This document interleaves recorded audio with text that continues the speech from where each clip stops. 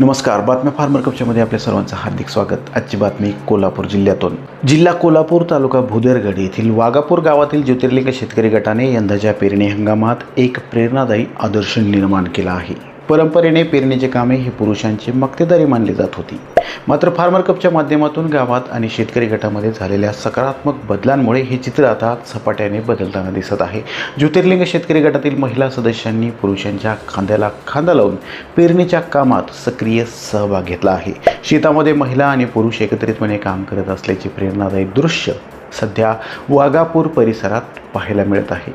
महिलांच्या या सहभागामुळे केवळ शेतीची कामे अधिक प्रभावी होत नाहीत, तर ग्रामीण भागात महिला सक्षमीकरणाचा नवा संदेशही दिला जात आहे. फार्मर कपमुळे निर्माण झालेली ही एकजूट आणि सामूहिक भावना महाराष्ट्राच्या कृषी क्षेत्रात नव्या परिवर्तनाची नांदी ठरत असल्याचं चित्र आहे.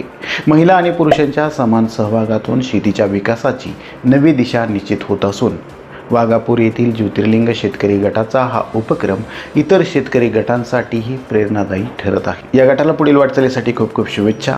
अधिक माहितीसाठी पाहत रहा बातम्या फार्मर कप. धन्यवाद.